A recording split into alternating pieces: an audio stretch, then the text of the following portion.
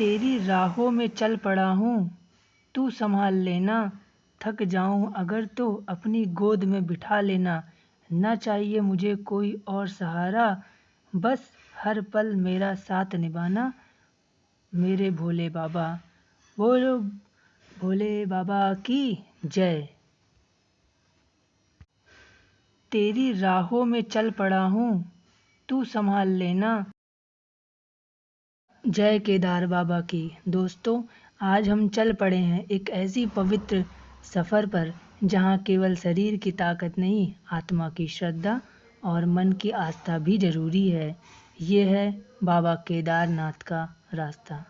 एक यात्रा नहीं, बल्कि आत्मा का जागरण। हमारी यात्रा शुरू होती है सोनप्रयाग से।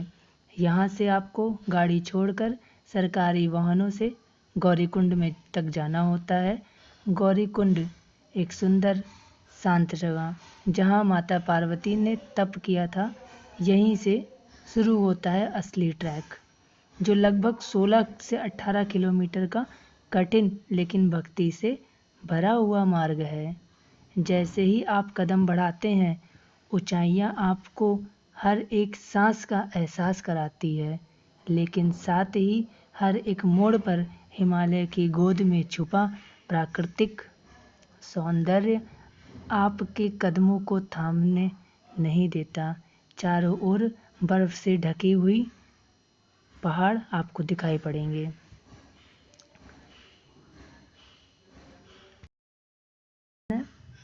हरियाली, झरने और भोले बाबा के जयकारों की गूंज। देखो भाई, देखो बादल ही बादल, चारों तरफ बादल ही बादल।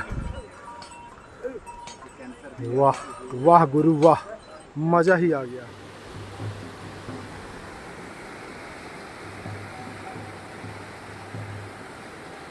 रास्ते में कई छोटे बड़े स्टॉप आपको मिलेंगे, जैसे 4 किलोमीटर पर जंगल चट्टी, जहां आप थोड़ा सा रुक कर चाय भी मिलती है, चाय का स्टॉप, आप वहां चाय पीजिए।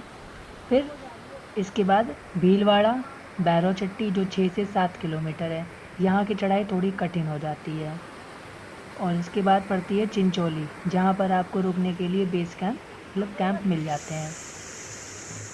ये और देखो, इस बेस है चिंचोली कोई के इससे बाद फिर खूबसूरत आपको जगह? सीधे पड़ेगा नहीं रामबाड़ा। नहीं, है कुछ, और उसके बाद फिर मैं अमर, खुद नहीं कह फिर रहा। आपको केदारनाथ आप जी का देखो ना, बेस आप कैंप, बताओ, जो 13 से है 15 कुछ इससे किलोमीटर के खूबसूरत? बीच का है, जहाँ से बाबा है के मंदिर की केदारनाथ? पहली झलक आपको दिखाई पड़ जाती है। हर मोड़ पर ढाबे हैं, चाय वाले हैं, जहाँ पर आप चाय पीते जाइए और रास्ते का गुणगान गाते जाइए। हर तरफ पहाड़ आपको दिखाई पड़ेंगे, पहाड़ों पे बादल दिखाई पड़ेंगे। कभी बादल आपके ऊपर चलेंगे, कभी आप बादलों के ऊपर चलोगे। मतलब कहने के कि आसपास का दृश्य इतना मनोरम होता है, इतना इसमें रमणीय होता है कि आपको बहुत अच्छा लगेगा।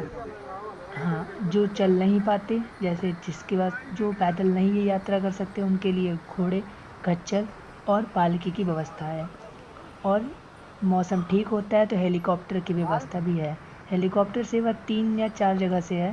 पहली तो अब फाटा, देखो, अब बोलो, सीतापुर और बोलो ना गुप्तकाशी, जल्दी। इन तीनों जगह है से कोई है। मुझसे मेहनती? हाँ, इतना ट्रैकिंग में ऊपर आ थोड़ी गया सी हूँ, इतना सावधानी, ऊपर आ जैसे गया आप हूँ कि देख सकते हो बादल ही यहाँ पर बादल। लो देखो, बारिश बादल हो देखो जाती है, भैया, इसलिए कुछ रेनकोट नहीं जल्दी नजर आ साथ रहा, रखें। कुछ भी यहाँ नहीं। के हेलो, मौसम का भी कुछ नहीं पता होता, कभी गर्मी कभी ठंडी, तो इसके ये लिए आप देखिए, गर्म कपड़े साथ रखें। और ट्रैकिंग शूज़ जो बहुत ज़रूरी है।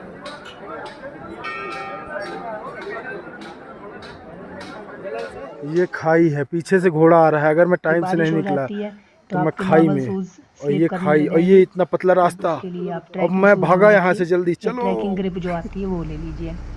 और मोस्ट इम्पॉर्टेंट चीज़, दवाएं, अपनी फ़ोटो आईडी रखिए ताकि आप अपनी यात्रा का रजिस्ट्रेशन पंजीकरण करवा सकें। घोड़े वाले जानवर हैं यार यहाँ के।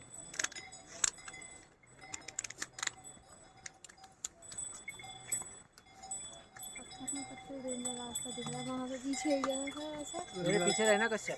जैसे ही आप आखिरी मोड़ पार करते हैं, आपको पहली बार बाबा केदारनाथ की मंदिर की झलक दिखाई पड़ती है। क्या वो बस पल शब्दों में बयान नहीं किया उनको जा डराना है, ताकि सारी जब जाए थकान ना तो हमको जैसे मेडल खुल दिया जाए। जाती अरे है, रिकॉर्ड हो गई पैर ये बात, कांपते हैं, अरे यार ये बात रिकॉर्ड आँखों हो गई। से अब कैसे आंसू भेजेंगे गिरते हैं, वीडियो? क्योंकि वहाँ कोई पत्थर नहीं, स्वयं शिव कोई विराजमान बात हैं। नहीं, मंदिर के देख पीछे लो रोड कैसी है। बर्फ से ढके पहाड़, सामने जलते अरे अरे भागे दीपक, यहाँ से जल्दी। हर भक्त की अरे आंखों यार, में बस एक ही आस तो कि बाबा के भाई साहब दर्शन स्टंट मैन लोगों का काम है अब यहाँ से दूर गुजर। नहीं, जल्द ही दर्शन होने वाले हैं। ओ भाई साहब, दोस्तों, ये कोई पर्यटन ये स्थल देखो नहीं पानी। है, यहाँ अरे स्वयं भाई साहब यार घोड़ा शिव कहाँ से? विराजमान अरे है भैया, भीग गया जूता। और हर इंसान को अपने जीवन काल में एक बार जरूर से जरूर बाबा केदार के बगल में खाई है पूरा, एक कदम हिला और इंसान बाहर। क्या ऐसे?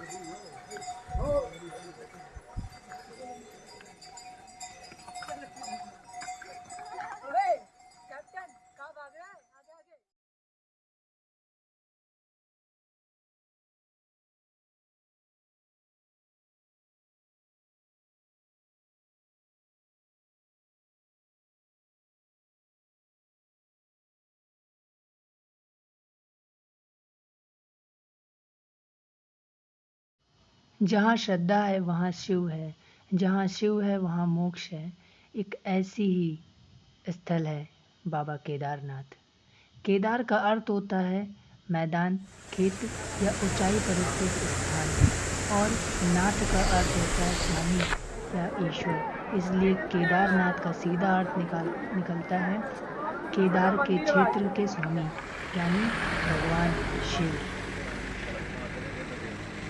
पौराणिक कथाओं के अनुसार महाभारत युद्ध के बाद पांडवों को जो अपने द्वारा किए गए हत्या, पाप और युद्ध दोष का बहुत दुख हुआ, तो वे स्वयं भगवान से मोक्ष कामना और अपने पाप की मुक्ति के लिए प्रार्थना करने के लिए हिमालय की ओर निकल पड़े। लेकिन भगवान शिव पांडवों से रुष्ट थे, क्योंकि वो युद्ध में अपने ही भाइयों संबंधियों को मार चुके थे। इसलिए उन्होंने पांडवों से छिपने के लिए भैंसे अर्थात नंदी का रूप ले लिया।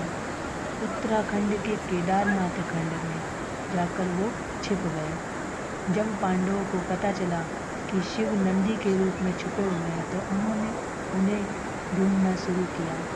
एक दिन भीम ने एक बड़ा जाल बिछाया और दो पहाड़ के बीच खड़े हो गए, ताकि शिव उस जाल के बाहर से न जा सके। जब शिव ने बाहर निकलने की कोशिश की, तभी भीम ने उनके भैंसे का छलावा पकड़ लिया। उस समय भगवान शिव भूमि में समा गए, लेकिन उनका पीठ वाला भाग वहीं रह गया, और वहीं पर आज बना है बाबा केदार का मंदिर, जहाँ शिव केदार के रूप में, पिंडी के रूप में पूजे जाते हैं। भगवान शिव के 5 भागों में विभाजित होकर 5 स्थानों पर दर्शन दिए।